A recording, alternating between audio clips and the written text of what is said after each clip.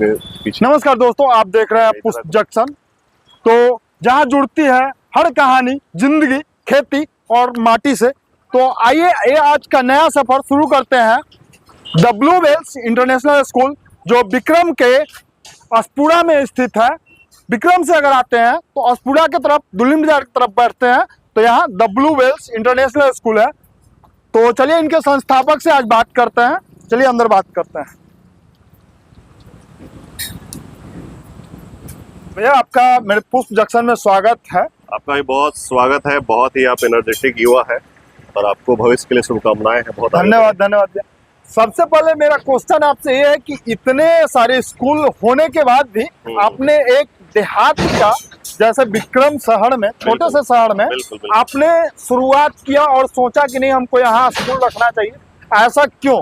क्योंकि आज के डेट में हर जगह स्कूल है, लेकिन आप जो सेवा दे रहे हैं, सर्विस दे रहे हैं बच्चों का, बहुत एनर्जेटिक और बहुत अलग तरीके से दे रहे हैं। देखिए, हमारे स्कूल के स्थापना के पीछे जी 3 है जी संकल्प जी संस्कार जी और सृजनशीलता। जी इन्हीं तीनों बिंदुओं पे हमारा पूरा फोकस है। जी जी पहला जो हमारा संकल्प है जी कि ग्रामीण इलाके के बच्चों को जी कैसे उनका सर्वांगीण विकास हो, कैसे उनको वर्ल्ड क्लास एजुकेशन मिले, जी कैसे उनको इनोवेटिव एजुकेशन के साथ जोड़ा जा सके। तो सारा सुविधा हम लोग लेके इस गांव में आए हैं। जी विक्रम का अख्तियारपुर गांव है और पिछले 7 सालों से 2018 में हम लोगों ने इसको स्थापित किया और तब से लेके आज तक उसी संकल्प के साथ हम लोग आगे बढ़ रहे हैं। मतलब 7 साल में कैसा आपका यहाँ जो हर स्कूल है उसके प्रति आपको क्या लग रहा है? 7 सालों में हम लोगों ने 3-4 चीजों पे बहुत काम किया। जैसे सबसे पहला तो आपको बताया जैसा इनोवेटिव एजुकेशन। जी तो हम लोग बच्चों को जो अपना बुकिश एजुकेशन है, किताबी शिक्षा, उस पर तो फोकस करना ही करना है। लैंग्वेज पे फोकस करना ही करना है। साथ साथ क्रिएटिव एजुकेशन, उस पर भी हम लोग फोकस करते हैं। बच्चे बहुत सारा स्किल सीख सके जी बहुत सारा उनको नई नई चीज़ों के बारे में जानकारी मिले। बहुत सारे जो मोटिवेशनल पर्सन है हमारे यहाँ, जिन्होंने अपने जीवन में कुछ अच्छा अचीव किया है, उनके सक्सेस स्टोरी को उन्हीं के माध्यम से हम अपने स्कूल में इनवाइट करते हैं और बच्चों के बीच में उनकी क्लासेस होती है। बच्चों को इससे मनोबल बढ़ता है और उनके अंदर भी एक इच्छा जागृत होती है कि अगर इस तमाम विपरीत परिस्थितियों के बीच में रह के इन्होंने अपने जीवन में IAS का मुकाम हासिल किया, IPS का मुकाम हासिल किया, आज CA बन गए, आज बैंकर बन गए, डॉक्टर बन गए, तो हम क्यों नहीं बन सकते हैं? हम भी गांव में रहते हैं, हमारे पास भी कम संसाधन है, लेकिन हमारी इच्छा शक्ति बहुत मजबूत है और इस मजबूत इच्छा शक्ति की बदौलत गांव के बच्चे वो हर मुकाम को हासिल कर सकते हैं, जो कि एक मेट्रो सिटी के बच्चे या फिर दूसरे कंट्री के बच्चे जो आज तक उन्होंने हासिल किया है। जी, अभी आपके पास टोटल कितने बच्चे हैं?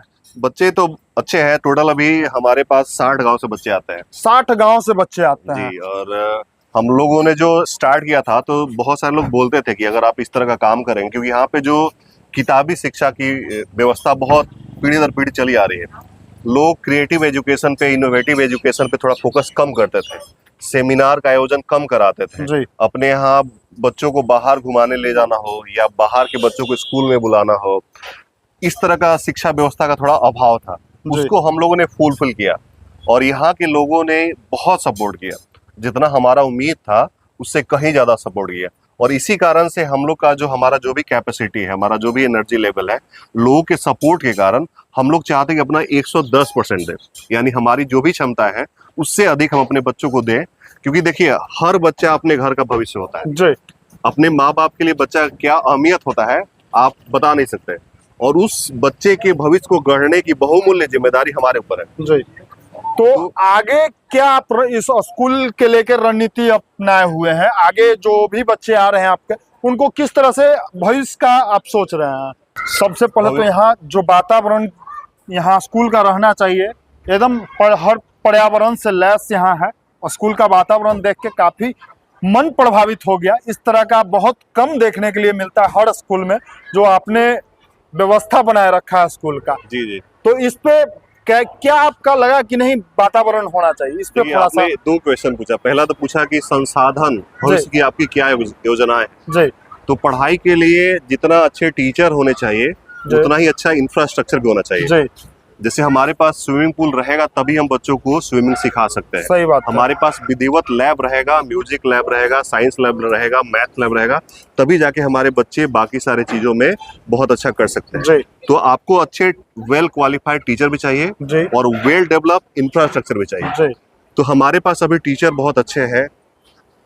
अब हम क्या कर रहे हैं कि अपने इंफ्रास्ट्रक्चर को और बेहतर कर रहे हैं। जी आने वाले बहुत ही जल्द कुछ समय में आपको एक बहुत ही अच्छा इंफ्रास्ट्रक्चर मिलेगा, जिसमें हर वो सुविधा जो आप बहुत बड़े बड़े बोर्डिंग स्कूल में देखते हैं जी या बाहर के स्कूलों में देखते हैं। बहुत बड़ा प्लेग्राउंड हो गया, बहुत सारा लैब हो गया, म्यूजिक का लैब हो गया, साइंस का लैब हो गया, मैथ्स का लैब हो गया, और हर तरह का गेम का फैसिलिटी, चाहे वो वॉलीबॉल हो, बैडमिंटन हो, क्रिकेट हो, स्विमिंग पूल की सुविधा हो। जी क्योंकि बच्चा मेंटली हिट तभी होगा जब वो फिजिकली फिट होगा। जी अगर बच्चा फिजिकली फिट नहीं है तो एकेडमिक्स में आप बहुत ज़्यादा उम्मीद नहीं रख सकते। सकते। तो हमारा कोशिश है कि हम लोगों ने पढ़ाई में अपना 100% देकर 110% देके पढ़ाई को अपना बहुत अच्छा किया। अब बारी है कि हम अपने इंफ्रास्ट्रक्चर को बढ़िया करें। जी तो उस पर हम लोग काम कर रहे हैं। आपने जो सराहा कि इतना अच्छा प्लांट लगा हुआ है, तो हम लोग हर साल, जी जैसे स्कूल कैंपस में फिलहाल 250 प्लस पौधे हैं, जी हर साल अपने बच्चों के माध्यम से, क्योंकि उनका एक सामाजिक सरोकार भी होता है, जी। बच्चों के माध्यम से 600, 700, 1000 पौधे लगाते हैं। जी और अभी तक तकरीबन हमारे बच्चे 5000 प्लस पौधे अपने घरों में लगा चुके हैं। मतलब आप स्कूल चलाने के साथ साथ पर्यावरण को भी अच्छी तरह से ध्यान क्योंकि रखते हैं। बच्चे समाज के सबसे सजग नागरिक हैं। जी वो हमसे और आपसे ज्यादा समाज के लिए चिंतित रहता सही है, बात। पर्यावरण के लिए चिंतित रहता है। अगर उनको आप एक पौधा देंगे तो वो उनको पेड़ बनाने की जिम्मेदारी लेते हैं। तो हमारा एज ए स्कूल जिम्मेदारी कि हम बच्चों को गाइड करें, बाकी सब कुछ हमारा बच्चा ही करेगा। तो बच्चों को नैतिक पाठ पढ़ाने की जिम्मेदारी, सामाजिक पाठ पढ़ाने की जिम्मेदारी, उनको उनका जो फिनेंशियल नॉलेज है वो भी बढ़िया हो, वो सारा जिम्मेदारी स्कूल का ही है। जी अगर आप अपने जिम्मेदारी का निर्वहन करेंगे तो आपके बच्चे आपकी उम्मीद से बढ़िया रिजल्ट देंगे। आपका कहने का मतलब है, जो दैनिक चर्चा मतलब हर जगह जो स्कूल में दिया जाता है उससे कहीं बढ़ के आप सेवा दे रहे हैं। जी इसका कारण है कि आपके बच्चे काफी ग्रोथ कर रहे हैं। बिल्कुल।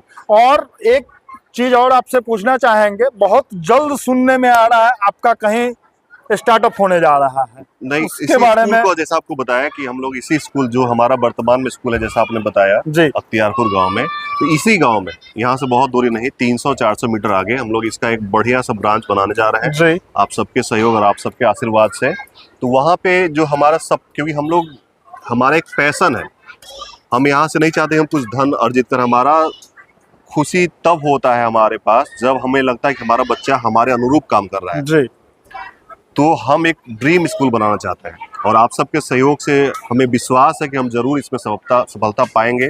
और आने वाले बहुत ही कम समय में आपके सामने वो स्कूल आपके मूर्त रूप में आपके सामने खड़ा होगा। जी। तो चलिए, जिस तरह से भैया ने अपना फुल सपोर्ट स्कूल पे किए हुए हैं, तो आप लोग भी इनका फुल सपोर्ट अपने बच्चे के माध्यम से कीजिए, ताकि इनको और एनर्जी मिले अंदर से। और इस तरह से बड़े बड़े जो कार्य करते हैं, हमेशा देखते हैं कि एक से एक वैज्ञानिक, एक से एक आईपीएस को बुला के यहाँ इनवाइट करके बच्चों के बीच ला के रखने का प्रयास करते हैं। इस पे आप कुछ बताइए, ताकि गार्जियन को लगे कि नहीं, मेरे बच्चे जो जहाँ जा रहे हैं उसमें कुछ अच्छे करना चाह रहे हैं। देखिए, हमारे समझ से स्कूल का काम है एक ऐसा एटमॉस्फेयर क्रिएट कर देना जहाँ से बच्चा, हर कॉर्नर से बच्चा को कुछ ना कुछ सीखने के लिए मिले। तो हमारा जो सबसे बड़ा, जो हमारे नेचर के through as a human being, वो है हमारा माइंड। जी और जैसे जैसे हम लोगों को देखते हैं वैसे हम बनना चाहते हैं। हमारा मेंटल एबिलिटी, थिंकिंग एबिलिटी उतना समृद्ध होता है। जी तो अगर कोई व्यक्ति जिन्होंने अपने जीवन में अच्छा मुकाम हासिल किया है और वो आपके परिस्थिति से ही गुजरे हैं, तो जब आप उनकी कहानी को जानते हैं, उनसे रूबरू होते हैं, उनसे मुखातिब होते हैं, उनसे बात करते हैं, तो आपको लगता है कि इन्होंने अगर अचीव कर लिया है तो हम क्यों नहीं कर सकते। और ये बच्चा का मेंटल बूस्टर का काम करता है, वैक्सीन का काम करता है, और बच्चा को जो कुछ मिलना चाहिए वो सब कुछ मिल जाता है। तो हमारा जो हर महीने 1-2 अच्छे लोगों को इन्वाइट करना, बच्चों के बीच उनका सेमिनार कराना, क्लासेस कराना, उसका उद्देश्य यही है कि बच्चा को मेंटल बूस्टर मिले। जी। तो जैसा कि, और इस तरह से भैया का कंटिन्यू वीडियो हम आप लोगों के बीच लाते रहेंगे। तब तक के लिए धन्यवाद।